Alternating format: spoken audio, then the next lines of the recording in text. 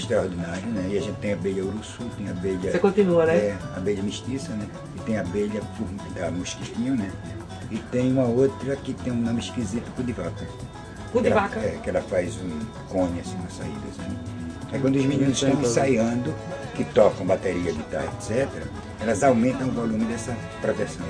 Porque a arte, eu acho que é exatamente a ação que implica em transformações, né?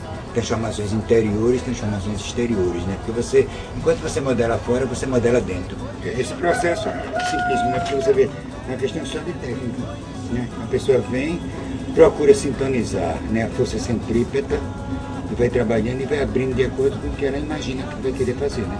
Então, quando você aprende a saber que você sabe cantar, que você canta, esse tem uma utilidade. Eu acho que a arte é isso, dá para você um sentido de utilidade, né? Embora alguns artistas e alguns críticos achem que a arte é inútil. A arte não é inútil, ela é útil para o espírito, né? E ela é útil muitas vezes para a matéria, né? E como eu faço arte e artesanato, eu acho o seguinte: a arte é uma ação com expressão e saber, e artesanato é uma decorrência dessa ação. Vitalino fez um boneco que representava o tipo de vida do nordestino, retirante, né? Estava no circuito dele. E depois Vitalino foi embora e aconteceu um boneco que chama Vitalino, que é exatamente esse boneco que conta a história do povo nordestino. E aí, o grande valor, eu acho, do artesanato do Vitalino é que ele tem alma, expressão, saber, sociologia e verdade. Quando pegou a primeira pedra, fez o primeiro tacape, eu acho que ele foi o primeiro artesão. E é curioso que até hoje a profissão de artesão não é regulamentada.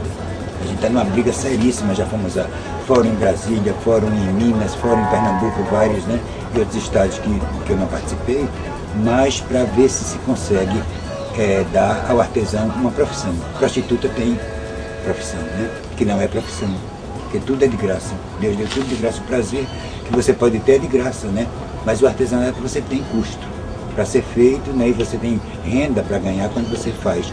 E se você faz respeitando a tradição, aí você é um analista, você é um narrador, né?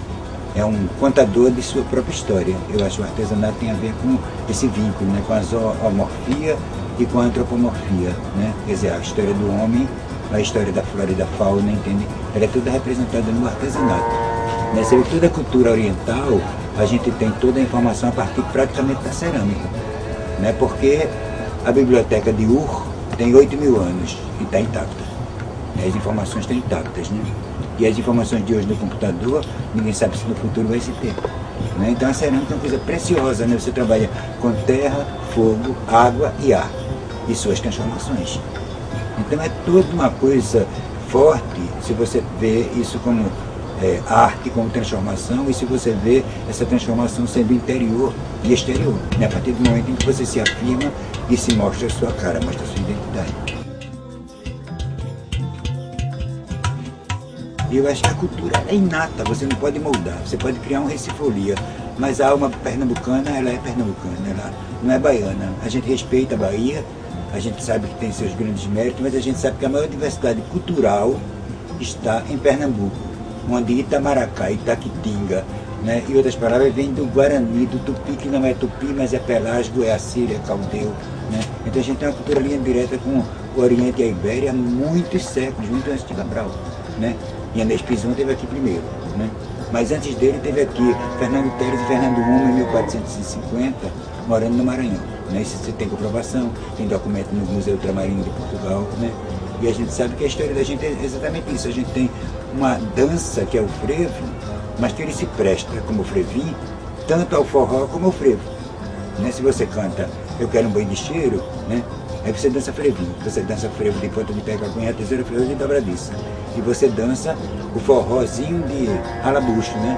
Então você vê que uma grande coisa, uma grande fonte de informação para mim disso foi o boi da macuca, que sai fazendo essa brincadeira com o forró e o frevo, né? No carnaval, com a dignidade incrível que nenhum país do mundo tem.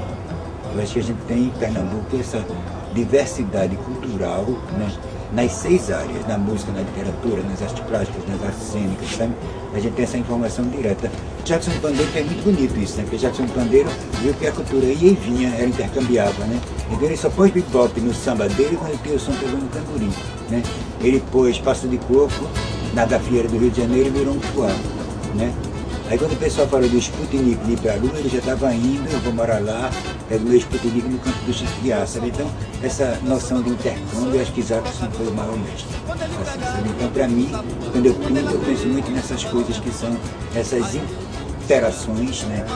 Mas sem a gente se danificar, sem a gente perder a base da gente mesmo, a estrutura da gente, assim, as pessoas a gente segura, né, e aprende todas as línguas, todas as formas de dançar, né, a gente aprende tudo, porque nós somos exatamente essa universidade. Acho que Pernambuco é essa universidade, né, quer dizer, é essa grande universidade que faz uma unidade. Mas se for pensar assim, eu quero ver o bugue de pandeiro e violão.